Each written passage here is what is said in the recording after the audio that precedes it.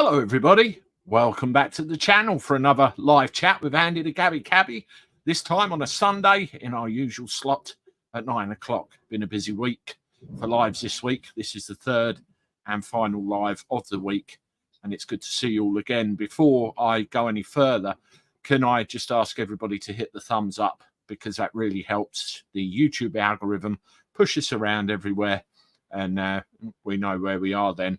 Also, as well, just as a little disclaimer before we go any further, what I want to say to people is you're going to hear some very important information and guidance this evening, particularly on things like council tax and other bits and pieces as well, time providing. I want to make it very clear, this is not legal advice. This is not a you will do this or else. It's purely just putting the information in front of you from a source, and then you listen and decide what you want to do about it. As long as we go into this with that in mind and that understanding, we'll all be fine. Now, without further ado, I want to bring on our guest this evening and introduce and say hello to Sovereign Pete. Hello, Pete. Hi there. Not too bad at all, thanks. It's nice to be here. Absolutely, and welcome to the channel. It's great for you to reach out, and good that we've managed to set something up together. That's brilliant. And we've got a nice audience in already gathering pace, so hopefully it'll be a good one. Excellent. Now, little bit of, well, I suppose homework I tried to do on you before we went live.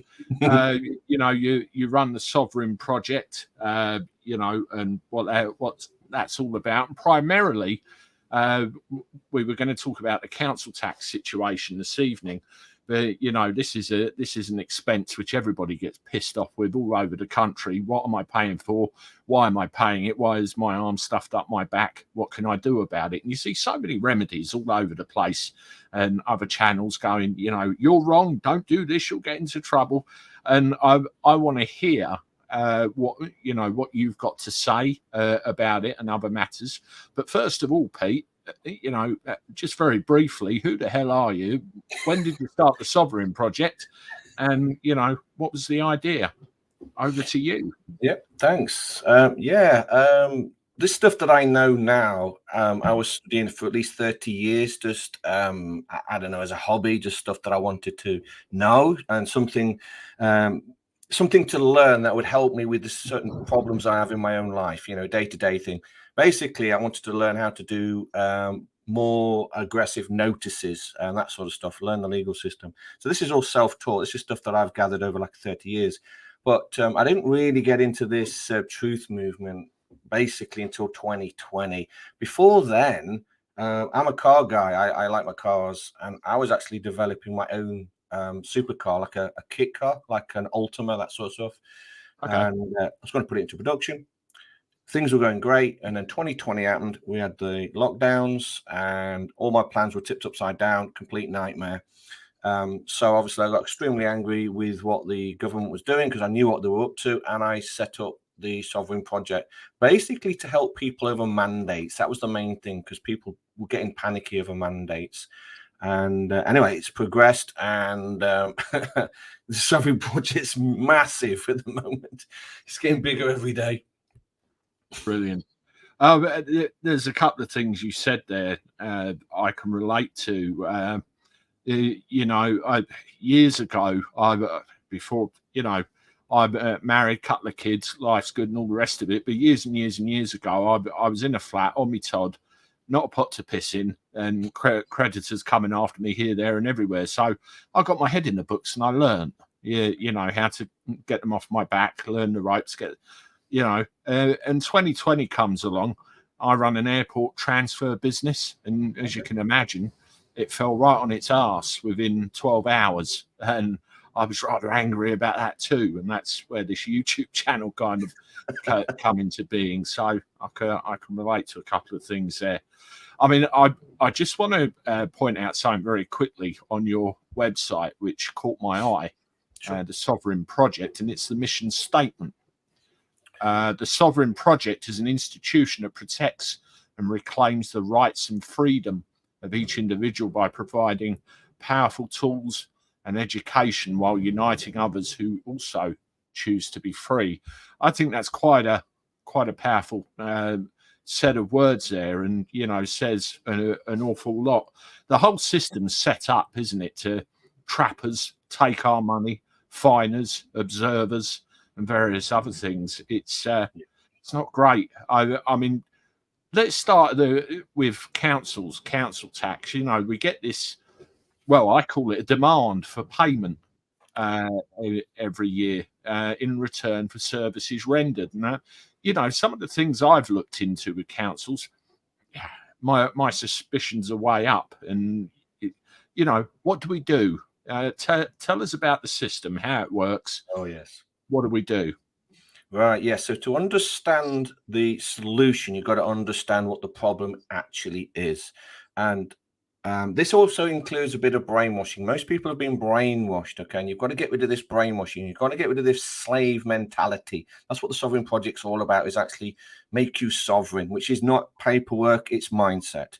So let's talk about the system itself. I don't want to go into too much detail, but I'm just going to give you the basics. Everything that is operating today does not operate the way people think. It is all commerce. Right now, commerce deals with corporations, dead entities, legal fictions, that sort of stuff. It does not deal with the living. So let's talk about what a corporation is. The word corporation comes from corpse, oration.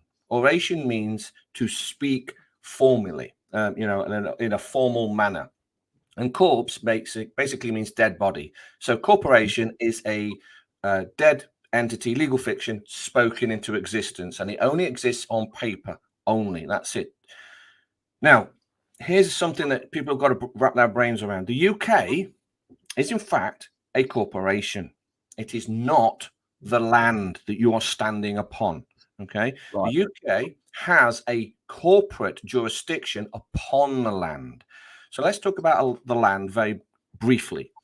You might have heard of a prince Charles. Okay, now I believe he just became king of something. So you go, okay, then what did he become king of? Well, he became king of England.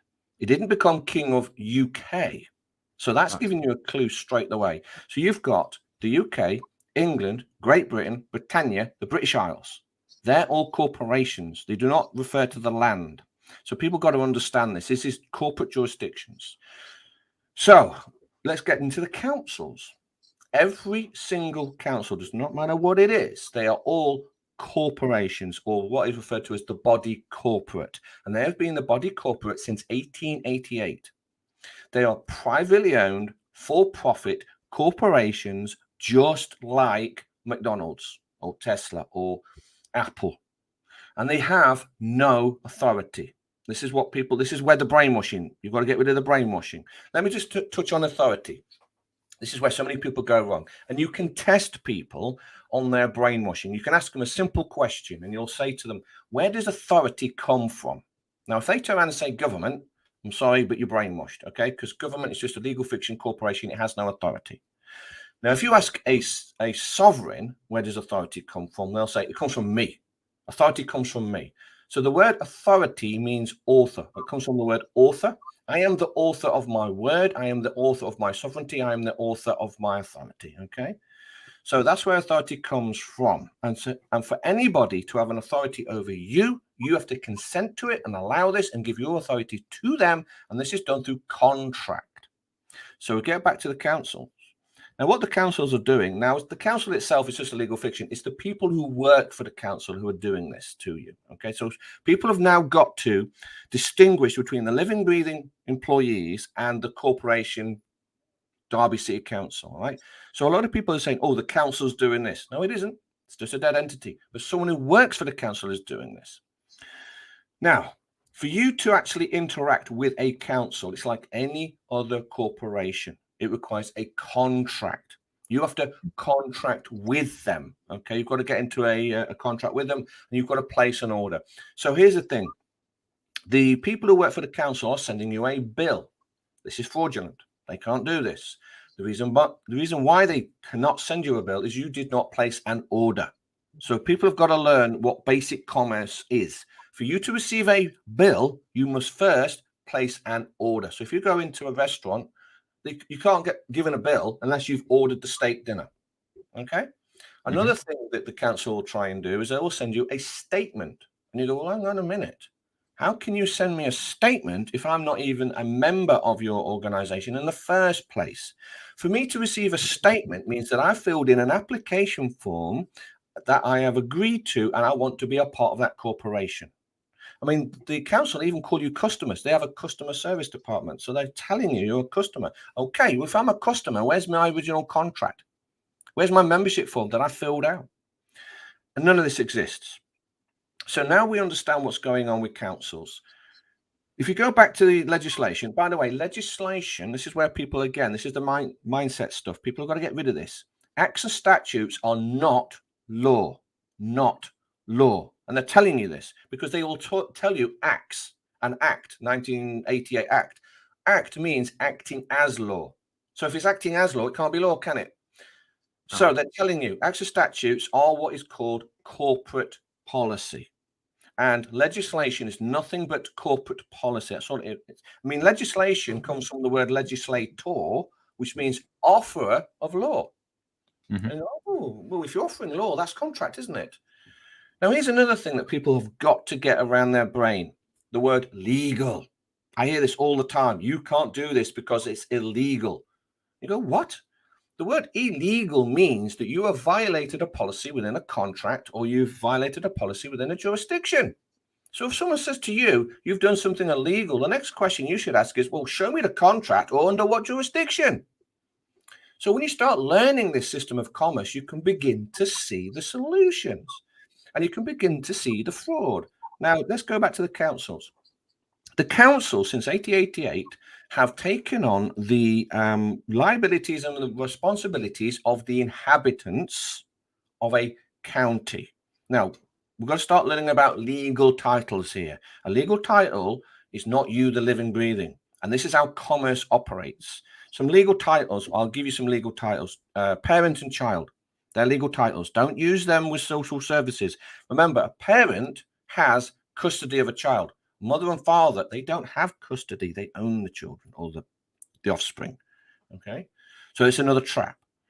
Now, other things that are legal titles are like vehicle, driver. These are legal titles used in commerce.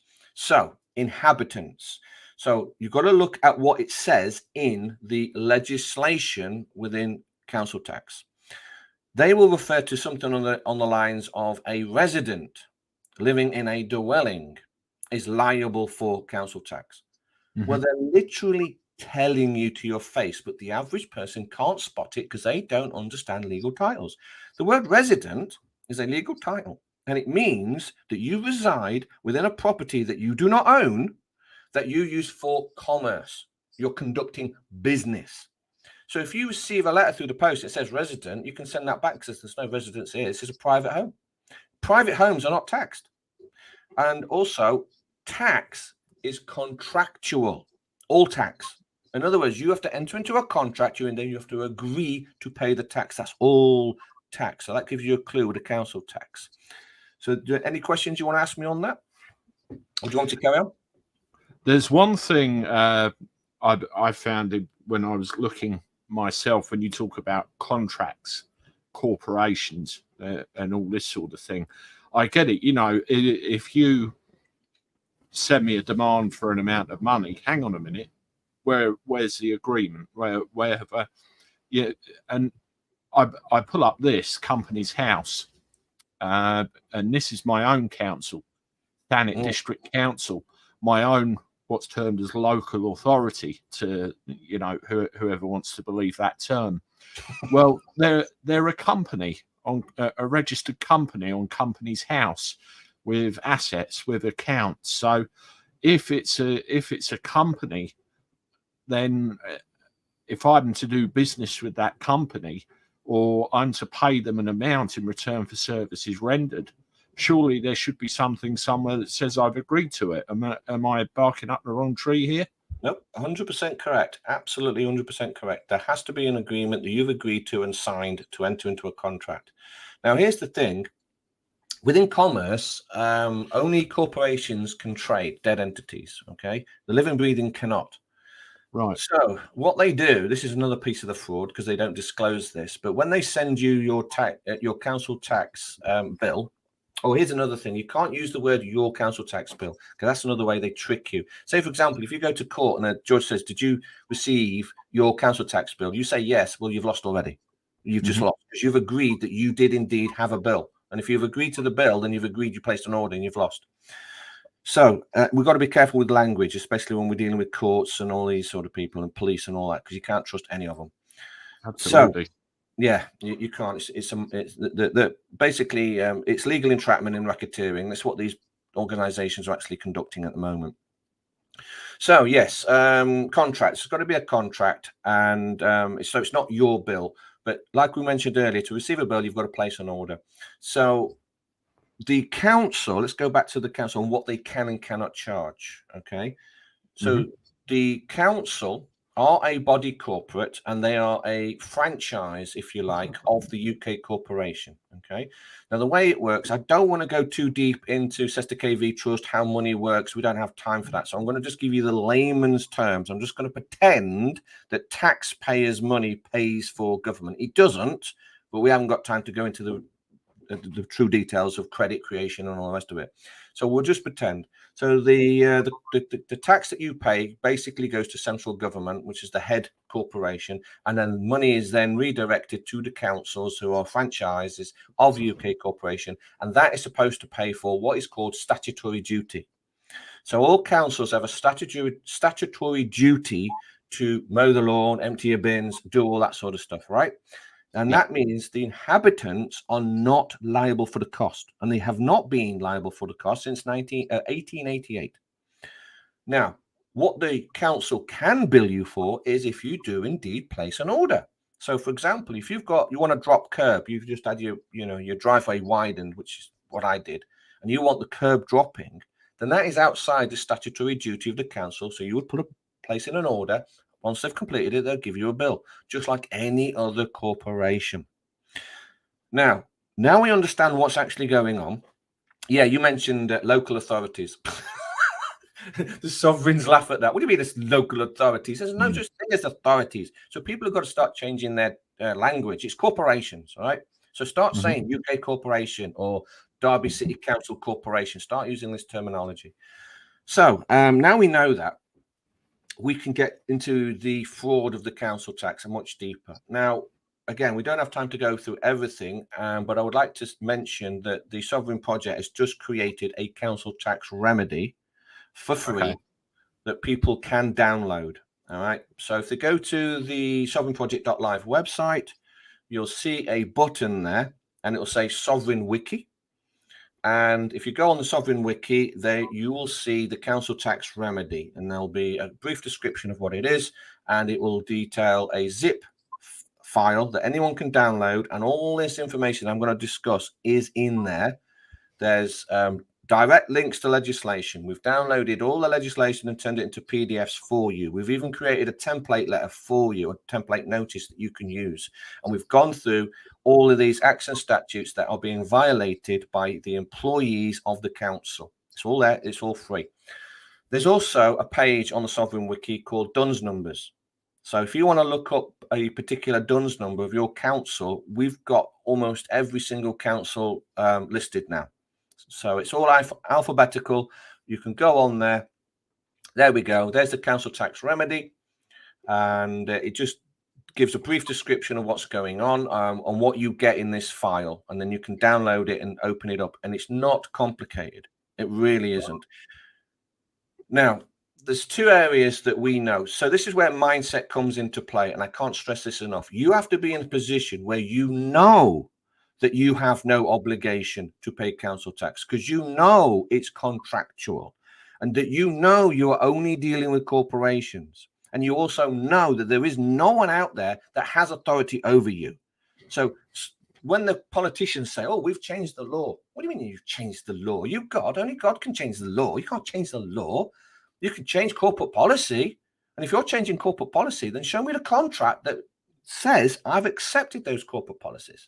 right? So if anyone's saying we've changed the law, what do you mean? Like ULEZ, what do you mean you brought out ULEZ? I didn't agree to that. That's corporate policy. But anyway, you've got to get the mindset right. So if you're in a situation where you can't afford council tax, I feel sorry for people like that. Don't live in fear. Don't think, oh, how am I going to get away with it? How do I get out of paying? Because that's the wrong mindset. But you will lose this game if you have that mindset. You need to be angry. You need to see, I'm being extorted here by people who work for a corporation. So we can get into the fraud. And the main problem that the people within the council tax department have is they are using fake paperwork. And a lot of this paperwork, because what they are doing is they are masquerading as a court. They're sending out they're sending out documentation, and they're making the appearance that they are actually a court. Now, any person, now we're talking about living, breathing now, any living, breathing man or woman, it does not matter if you just say, I'm just doing my job. That's not going to save you. Any living, breathing man or woman caught doing that, it's 7 years imprisonment. It's a serious offense within the legal system, okay? Now, the legal system is all commerce, and all courts are actually administrative. All right, so we've got to get some basics here. There's no law within the legal system. They're completely two different systems. No court in any country, and a country is a corporation, deals in law. Only legislation, corporate policy. Now we know that. So you go, okay, then. So what's going on with the fraud here? Well, first of all, what they do is they send you out a fake summons. So the first thing you'll notice is that you'll get documentation that appears to say summon to court, but it's written in all caps. Okay, so they go, okay, well, it doesn't say summons to court then, because if I'm using the grammatical rules of English, anything written in all caps is an acronym. It's not a word. You don't read it. Okay, so this is how people are tricked. Here's the problem is most people, unfortunately, are illiterate. They don't realize it. Okay, this is because you went to public school. Public school is horrendous. They don't teach you anything. They just make you a slave. So the average person can't read. Now, it doesn't mean they can't recognize text on a screen. It's just they don't understand the meaning behind words. I'll give you an example. License. The average person out there has no clue what license means. It means asking permission. So if you own your own car, who are you asking permission from to drive it? Why do you need a license? And of course you don't. You've been tricked. You're operating in a corporate jurisdiction. Another one is register. So the word register basically means handing over to the king. And in this case, it's handing over to a corporation. So if you register anything with a corporation, you're handing over ownership of something. You're actually operating within a trust. And what you're doing is you're handing over the equitable title of the thing that you are registering. You're handing over the controlling interest of that thing. And you are just left with a limited use of title using privileges. Okay. This is maritime law. We can get into that if we've got time. So going back to the council tax, they'll send out fake documentation, and this is very easy. Anyone can verify this. All you got to do is get the case number on that fake summons and phone the court and ask to say, okay, I've got a case number here. Please give me the details to it. And the court will say, no, we've got no record of that. I have actually done this myself a few years ago. I ended up with a summons from the local council, and it was to attend a hearing at a county court 30 miles away from my home. I thought this looks a bit fishy, so I phoned that county court, gave them the number that was on the apparent summons, and they said, sorry, that's not one of ours. And that's when I discovered what they really get up to. Yes, it blows your mind when you realize that. So you're now receiving fake documentation. And here's another thing, is they will send you out a fake liability notice. It'll actually be called notice of liability order, which is not a liability order. So this is where people have got to learn how to read, because what these bureaucrats will do is they can rearrange words in a sentence and it means something completely different. And they can add things to a word and change its meaning. So notice of liability order is not a liability order. Now, a liability order actually comes from the court. And if you get a genuine one, it'll have a seal of the court and there'll be a signature of the magistrate or the clerk who signs on behalf of the magistrate.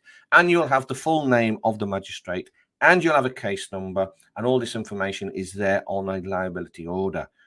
So again, you are receiving notice of liability order, which is a fraudulent act, because they are trying to make you think it's a court liability order. That's fraud.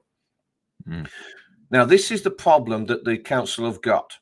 When I say council, I'm talking about the employees. And let's go back to commerce and contracts. The entire system out there is all commerce. It's all contract-based. All of it. Doesn't matter what it is. It's all contract-based. I think I better just touch on the 3 jurisdictions of law. I'm just going to use the quote marks here. You've got civil, tortious, and criminal. Okay, they're the 3 basic jurisdictions. So civil, you go, okay, then what does civil mean? Well, the word civil comes from civilian. Okay, now a civilian is a legal title, and this legal title is applied to someone who's actually operating within a corporate jurisdiction of civil procedure codes. So you go, okay, then what's that mean? Well, civil procedure codes comes from ancient Roman law, and it was applied to the plebeians, the slave class. Today, the modern version of civil procedure codes is run by the Bar Association, which is a private corporation. And why? But you know, when they say you've got to pay your debt to society, what they're actually saying is you've got to pay your debt to the corporate society called the Bar Association. That's what they're telling you. So anyway, you've got civil. So today, if you hear the word civil, it's basically saying policies within a contract. In other words, if it's a civil matter, that means there is a dispute where a contract exists and there's a dispute within a policy within that contract. A tort is where someone is applying a contract upon you where one does not exist. This is a tortuous act. This is quite serious. You're getting up there now. And if you can improve the intent was to do this, then you can say it's fraud. And if it's fraud, it then escalates to criminal. Okay. And then you've got different courts for these 3 different jurisdictions within the legal system. Now, county court deals with contracts, civil matters. Now, this is where the council tax is a major problem for the council because they don't have an original contract. And if they don't have an original contract, they can't use the county courts and they can't create liens and all the rest of it. But they do because they're using fraudulent documentation. So now we understand that council tax is a fraud, and you've got to have that mindset. You've got to say it's a fraud. I'm being extorted. There's no other way to discuss this. Anyone who says anything different is just wrong, because I am being extorted for money. So think, right, how do I deal with this? Right now, again, I won't have time to go over everything, but to help people, if you go to the sovereignproject.live website, there is in the resources department section of the website, in paperwork, there is what is called debt validation procedure. Okay. Now, in there, it details how debt operates within commerce, and it talks about certain documentation that has to be present. And it also gives you a process of how to do a debt validation request and then sue the debt collectors if they fail to provide this information. So perhaps we could touch on this. I'm just going to have to do it quite basic. But the full details are in that. So that, again, that's free. People can download it and help themselves to it and adjust it all they want. It's all in there for you. Now, the weakest link of this whole council tax thing is actually the debt collectors. Now, they are third-party interlopers, and they are actually operating using fraudulent documentation. Now, whether or not they know this, I don't care. So in a situation like this, actually, I think I missed a step. Let me just go back to the commerce bit, and that the council is in fact a corporation. So people might want to know, how do I get rid of the council tax? Them sending you information, bills. It's quite simple. You do a notice of termination. Because you now know it's a corporation, okay, and you no longer wish to do business with them, you can terminate contract with them, okay? Now, there is no original contract. There's a pseudo implied contract, okay? That's all the council are doing. Basically, what they're doing is if you don't speak out, then they will apply a contract upon you. This is how utility companies do the same thing. It's like a deemed contract. I mean, the whole, the statement of a deemed contract. How can you deem a contract upon me? No, you can't do that. But anyway, this is how they do it. So if you don't call them out on it, they will carry on sending you bills. So you treat it as business. Now, one thing I'm trying to explain to people is, I know that people are getting into the common law, free man on the land, and saying, I, the living man. Please don't go down that road. I agree with it. Yes, you are free on the land. You are a living, breathing man and all the rest of it. But remember, the system you are operating in is commerce. Treat it as commerce. So you are a director of your corporation. It just happens to be the same name as your name, or the all caps. Treat it like that. Now you're a director. You're a ghost director, but you're a director nonetheless. And there is a corporation out there called Derby City Council that is trying to send you a bill. Treat it like commerce. And you say, well, hang on a minute, we don't do business with the Derby City Council. Why are we receiving a bill? So what you can do, if you've been paying, you do notice of termination. So you just send a notice of termination, give them 30 days and say, I no longer wish to contract with Derby City Council. I've cleared my account up to that point. So pay it off to that point and say, right, from that day forward, done. You've now got a notice of termination on record. So the council have got a major problem on their hands because they can't even imply a contract upon you. That's gone. It's out the window. Right. So once you've done that, and by the way, people, it's this mindset again. You have to understand that you can terminate any contract. Any contract. There's people out there that are brainwashed and, oh no, you've got to pay it. You've got to pay it. You can't get out of it. Well, you're a slave. You're a slave then. That what you're saying is there's someone out there that you don't know is sending you bills and you're paying them. I mean, think about the amount of money. So typical council tax bill is getting on for about £2,000 roughly. It's about a month's salary. And you're just going to give that away. So you've got to live without that month's salary now. So you can't go on holiday. You can't have your house fixed. You can't have your car repaired. But someone else is now living it up because you've just given them £2,000. So get into the living. You've got to get the mindset right and say, who am I paying? If I've got to give this £2,000 away, someone else has got it in their hands. They're the ones out drinking, where you've just got to stay at home, billing home mates. So get into that mindset. If you pay in, someone else is receiving. So now that you've terminated contract with the council, you can start dealing with them, and you can start serving them cost of administration as well. So if they keep sending you bills, you can return them and you can start saying, we have no contract with you, stop sending it, and I'm charging you £500 administration cost to return this mail. Eventually, what will happen is the council will stop sending you these mails and they'll sell the debt to a debt collectors. Now we can get into the debt collectors, and this is the weakest link. Because within commerce, now, okay, let's talk about ownership. So this is, a lot of people out there think if you own something, you own it. No, you don't. No, you don't, because the average person does not know what own means. Ownership. There is a little trick. Anything with the word ship on the end, any word with ship on the end is referring to maritime law. Mm-hmm. So you go, oh, okay, then well, what does maritime law mean? Well, maritime law means you have just boarded a ship or vessel and you've agreed to a set of rules and you've agreed that the captain can tell you what to do. So the modern day version of that would be a contract that someone else controls or a jurisdiction that someone else controls. So ownership, they're telling you, that means you don't own it. There are many different titles within ownership. This is where splitting of the title comes from. So like I mentioned before, like if you register your car, you hand over equitable title and controlling interest of the car to the DVLA corporation. And all you've got left is a very small limited use of with limitations and restrictions. That's all you've got left. So the debt is the same. So when there's a debt, you've got the equitable title of the debt, okay, the value of it, say it's £2,000, that's the actual value. And then you've got the right to claim. They're two separate titles. Now, this is where debt comes in. Debt can be transferred to someone else, like a debt collector. It can be, but they can only do it two ways. One is what is called a novation agreement. Now, novation basically means to change. So it means you are changing the original contract and you're converting it to a brand new contract.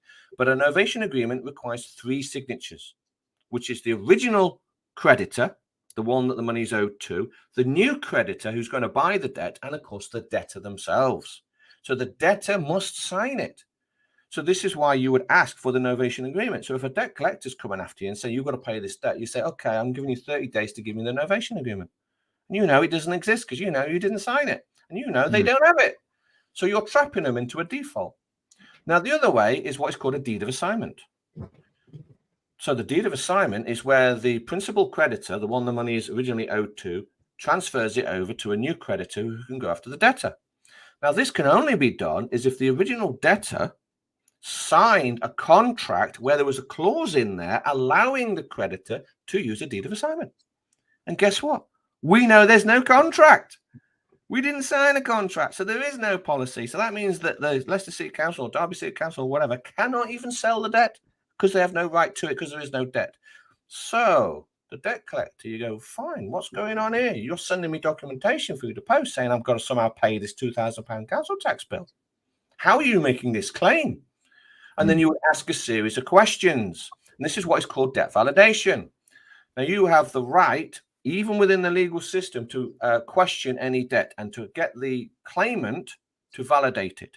All debt collectors are bound by legislation. This is why the system's so fragile. So legislation does not apply to us, the living, breathing, but it does apply to those working within that jurisdiction, including debt collectors. So you get a debt collector note. And the first thing you'll notice, it's not signed, so it's not legally binding. It's all not even written in English. There's all boxes all over the place, which is the four-corner rule. It's got acronyms all over the place. It's dog Latin, pig Latin. I can't even make sense of it. So you can even return it and say, look, I can't even make sense of this. And you can charge them 500 quid and say, look, this is my fee schedule. Then they'll probably contact you again. So then you go, right, okay, then I'm going to have to create or start my own investigation into this. I'm receiving documents here for some sort of demand or something I don't know nothing about. This is the mentality you've got to have. Okay, you've got to go, I don't understand this. Why am I getting a council tax bill? I've terminated from the council. So then you would actually go down this process and you would actually ask the debt collecting agency a few questions. Now, here's a lovely two that I love using. One, ask them what language they are using. And another, what dictionary are you using? Because we all know about Black's Law now. And they have to answer these. Then what you need to do is ask them to identify themselves. And you would ask for their incorporated certificate, their DUNS number, and their company number, which they have to supply. Then what you would do and say, look, this appears to be some other corporation called council. I'm going to need you to identify them. So I'm now going to need the incorporated certificate of that council, plus their DUNS number, plus their company number.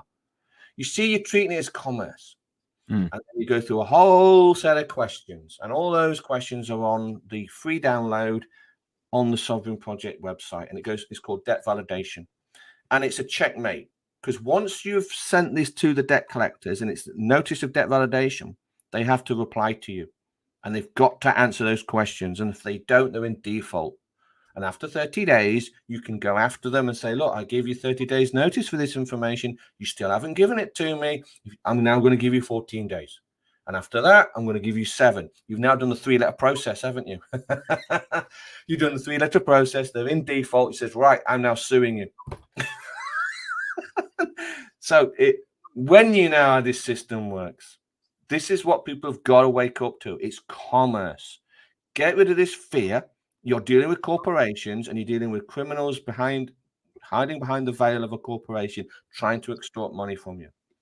Be on the side of the sovereign and be asking the questions.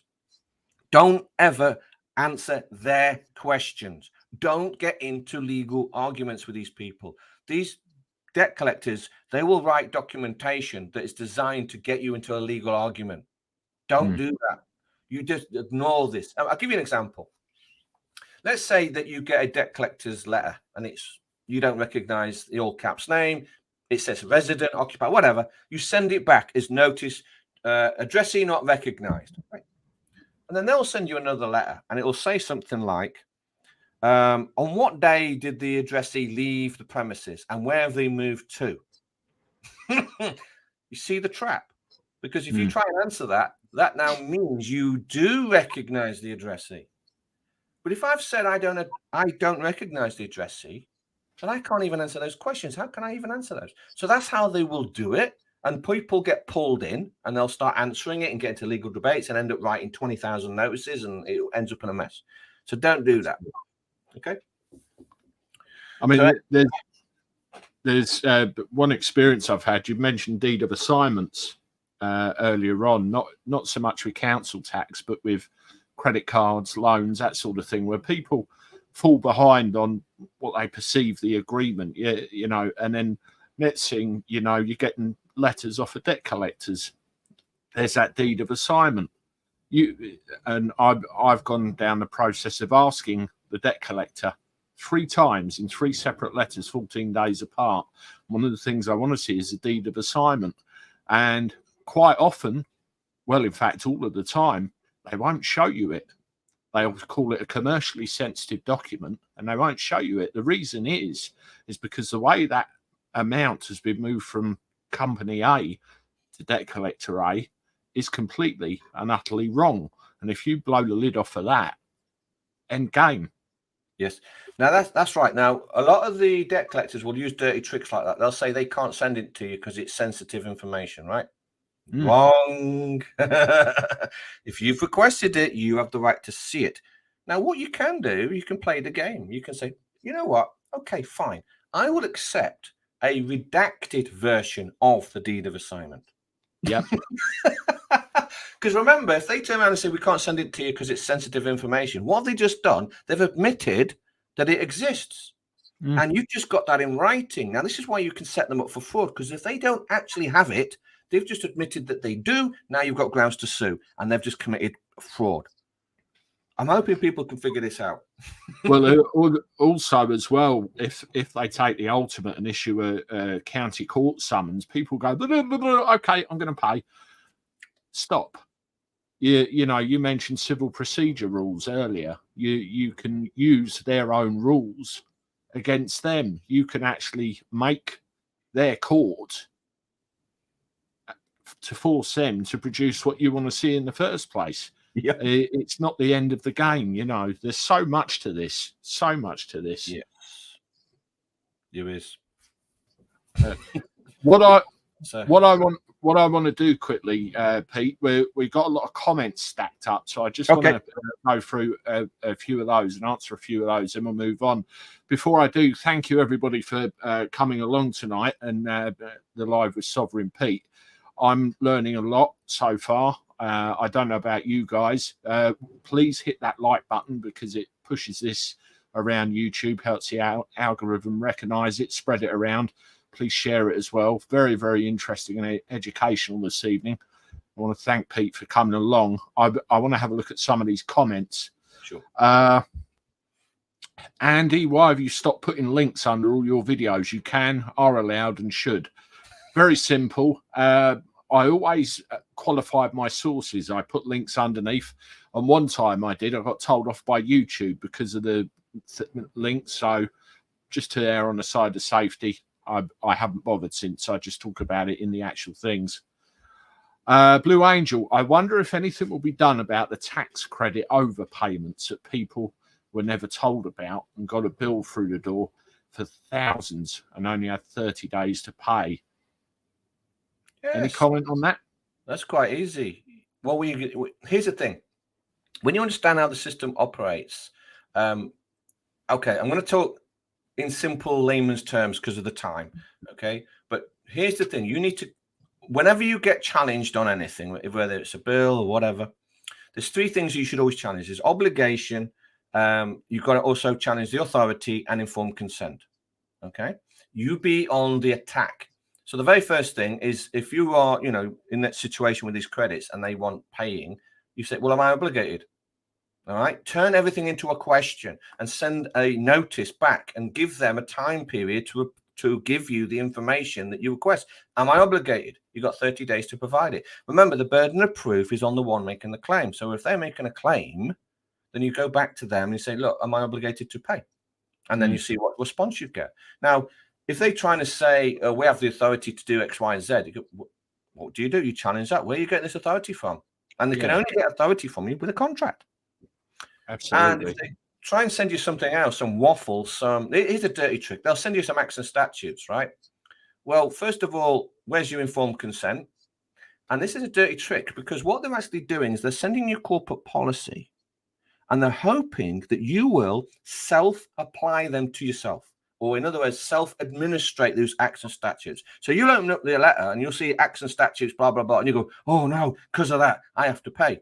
You've just applied that to yourself. So what you would do, you would send it back with a notice and say, look, please give me the full name, address, contact information of the person who is going to administrate these acts and statutes upon me. And they've got a problem because they can't. Because if they do reply to that and say, well, Jeff Bloggs is going to do it, he's just admitted he's going to apply acts and statutes upon you and you didn't allow it. Now you know who you're going to sue. Absolutely. Absolutely. It's thinking outside the box, isn't it? Yes. Just taking a step back and really thinking about it. Yeah. Here's a good one, by the way. But anyway, carry on. Hey, Pete, what is your response to common criticism like, oh, you're a sovereign citizen, or, well, the king has an army? Yes. Okay. Well, first of all, the sovereign citizen is an oxymoron. Okay. You can't be both a sovereign and a citizen. You see, a citizen is a slave. Okay. Citizen, it means slave to the city. And of course, sovereign, the word sovereign comes from a Latin word prefix sov, meaning super or superior. And of course, reign. Reign means you reign within your dominion.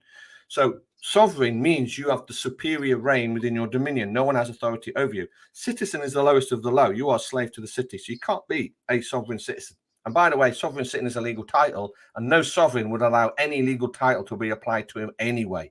So sovereign is not a legal title. Sovereign is a status. There's a difference. So a status would be, you know, I'm a man, you know, I'm alive. These are things I can't change. I am sovereign. Okay. So the thing about the king, the army thing, that's a complete, that's a joke as well. The king has no authority. All right.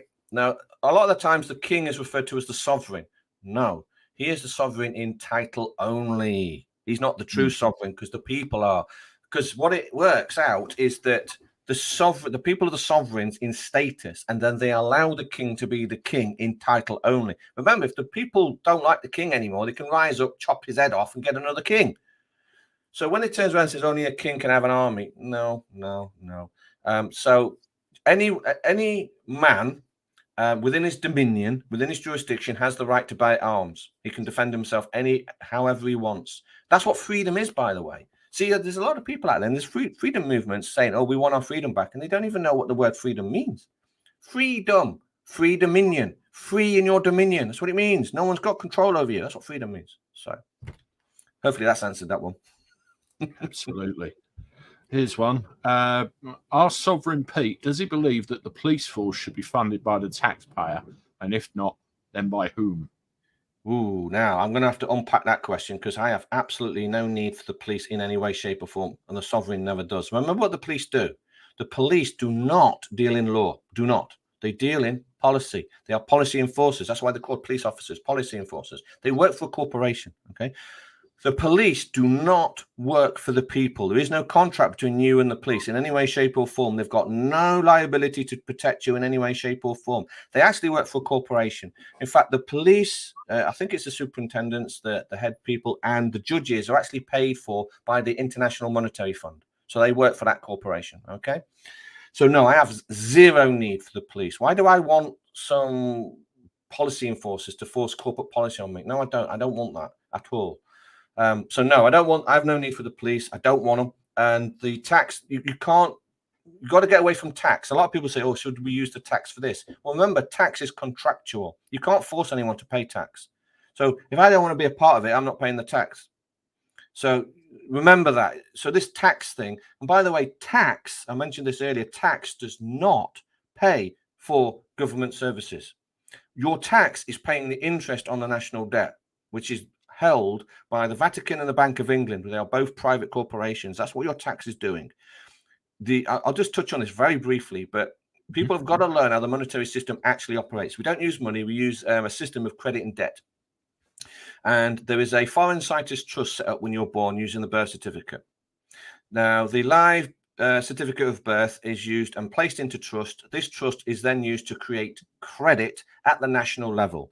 Layman's terms, simply because we're limited on time, The average person out there has got something on the region of $100 million in credit in their trust fund sitting there waiting for them to use it. Now, the average person doesn't even know this, but the police know about it, the government knows about it, and the insurance companies know about it, and they dip in all the time. So what they're doing is they're dipping into your trust fund. They're using this credit and spending it like drunken sailors, and they are creating what is called the national debt. Now, the national debt is what the corporation government owes you. They've used your credit. They're supposed to pay you back, and they don't want to. Now, until that debt is paid back, you are paying the interest on that debt, and that's where your tax comes from. So all of this income tax, national insurance, all that sort of stuff, you're just paying the interest on the debt. But we don't have time to go fully into that, but that's how it works. That's how the monetary system works, very simplistically put. So no, we can't use tax to pay for police. I get the feeling we probably need 2 or 3 of these live streams to cover everything really, really fully. Yeah. Well, with the last 10 minutes, is there anything else you want to expand on council tax, or should we have a quick look at my favourite low emission zone in London and your comments on that? We can touch on that. I mean, we can squeeze that in a minute, because that is what I want to be about as well, the ULEZ stuff, and the 20-mile-an-hour limit, and the pay per mile, and all the rest of the crap that they're trying to put on the motorist. Yeah, we can cover that and squeeze that in. But I don't mind coming back, in a few weeks' time and covering some more stuff. Yeah, perfect. Okay, ULEZ. I drive into London in my vehicle, which has a MOT every year and all the rest of the gubbins that goes with it. And all of a sudden, I have to pay £12.50 every time I drive into London because, according to some bloke, it blows out too much of the wrong kind of smoke, and the whole thing's laughable. It is. I'm aware of certain things going on behind the scenes. I've been told of certain things going on behind the scenes, and hopefully there'll be some developments on that. But what's your take on it? Right. Now, if I explain to people what is actually going on, then they may understand the solution. So what is happening is, I touched on this very earlier about equitable title. So I mentioned earlier that your car, you've registered your car, okay? And what that means is you've given it away. You don't own your car, okay? So what you've actually done is you've actually placed it into trust. The DVLA is a corporation operating as a trust. Now, the way it works is when a car is made brand new, there is what is called a document called the manufacturer's statement of origin. Okay, this is worth the same value as the car itself. Okay, so if your car's 50 grand, the metal work and the tires and the leather and the engine is 50 grand. This document is also worth 50 grand. Okay, you are supposed to get that. So when you buy your car, you are supposed to get that manufacturer's statement of origin. You're supposed to keep it, and that's it. But you are tricked, because that MSO, manufacturer's statement of origin, then goes to, I'm going to use layman terms, the Treasury Department and the Transport Department of a corporate country, and they convert your manufacturer statement of origin and turn it into what is called a certificate of conformity. And you go, oh, what's going on here? Well, what you've just done is you've taken your private property that you had a lloydial title of. In other words, you had all titles to it, all rights, certificates, and privileges thereof. And what you've done is you've turned it into a vehicle for commerce. It's now a vehicle. Remember, vehicle and driver, they're legal terms used in commerce. And then what do? You go and buy your car from the car dealer, and what does the car dealer say? Would you like us to register your car for you? And because most people are not too bright, they go, okay. And of course, that means you're just giving it to the DVLA. And then what you do is you get a document called the V5, the logbook, and you've become just a registered keeper. That's it. And it literally says on it, even if it's in all caps, it says this is not proof of ownership, because you are just the registered keeper. Registered keeper has virtually no rights on that vehicle at all. Also, what you've done, because you've now given that car to the DVLA, it's become government property. They own it now, okay? Within trust. Now, don't panic, everyone. You can take your car back, but they own it. That means they have the controlling interest. So they can now apply what is called corporate policy to that government vehicle, which would be the highway code. And it also includes ULEZ. So you've contracted and agreed to ULEZ. You've agreed to it. You've agreed to the emissions. You've agreed because you've said, yes, here's my car. I want to register it with the DVLA. So you've agreed. Okay. Now, you remember I mentioned earlier that the UK is not the land. It's actually a corporation. Now, here's what we've got to understand is the roads, they're not UK roads. They're just roads. The tarmac, the land that you drive upon is just a road. There is a UK jurisdiction placed upon it.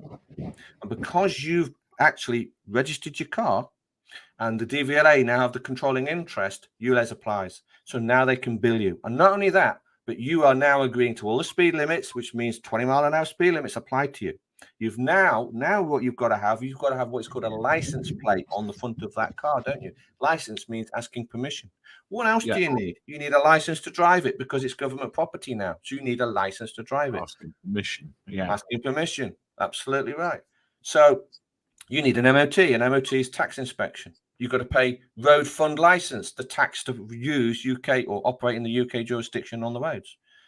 All of this you've contracted. And now you've got to pay VAT and duty on your fuel because you've agreed. It's government property, right? So I hope everyone's seeing this. And everyone, it's also the, you can't drive in bus lanes, all this sort of nonsense, okay? But there's a solution, and it's quite simple. You deregister. You take your car back. You say, thank you very much. I want my car back. I want my manufacturer statement of origin. Here's the number plates, the license plates. Here's the V5. Here's your license. I don't need it anymore. No more MOTs, no more road tax, no more speed cameras, no more ULEZ. None of it applies. You don't pay VAT or duty on fuel anymore. So petrol's now 45p a litre for you. You can't be touched. The police have no authority to pull you over in any way, shape or form. If they do, they're violating your right to travel. That's the solution. That is the only way out of this nightmare. Right, you've got to wake up, realize you're sovereign, and take back your property.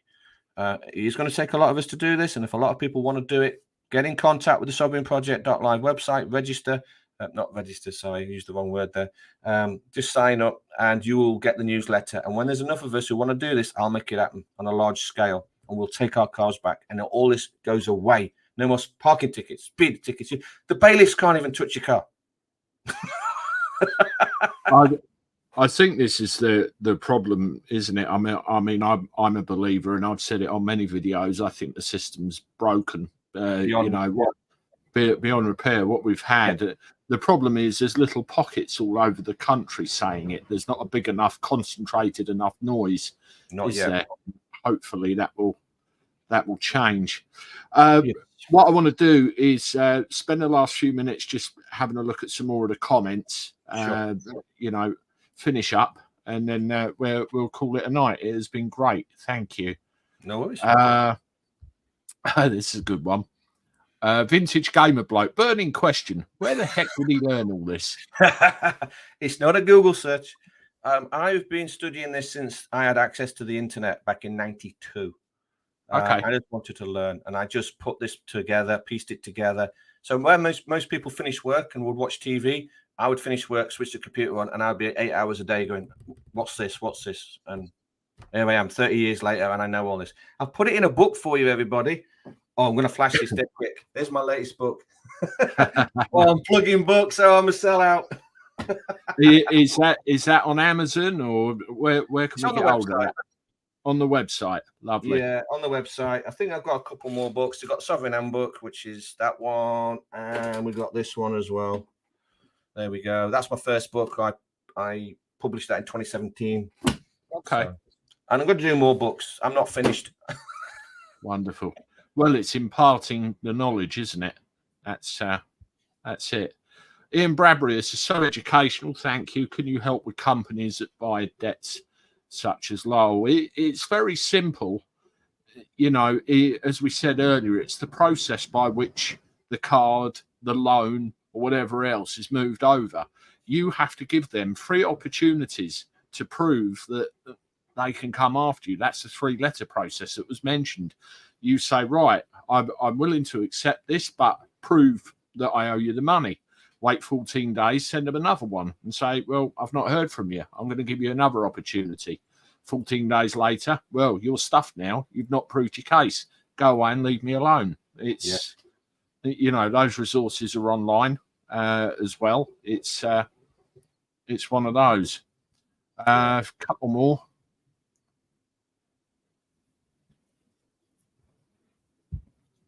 I own my house and the land it stands on. I'm sure if I didn't pay my council tax, I'll be locked up. Plus, I like my bins to be emptied every week. What'd you say? Okay. Is that a joke? Okay. But okay. First of all, you don't own your house. I'm sorry to tell you that.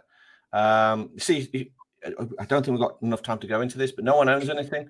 That Klaus Schwab says you'll own nothing and be happy. He's right on the first part. No one owns anything. Okay. I don't have time to go into that. Unfortunately, I can come back and go into detail on that.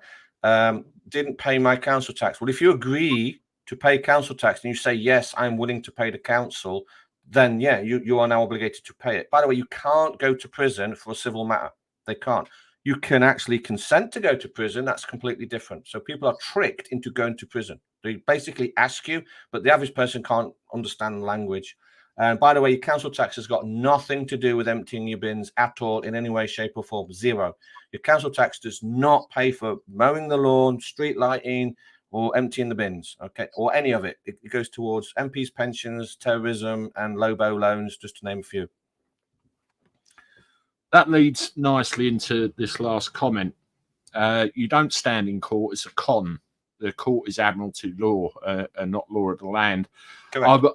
I'll impart a story just to finish with, which I heard. There was a guy who attended the scene of a friend of theirs who had some bailiffs entered their home to try and recover an amount of money.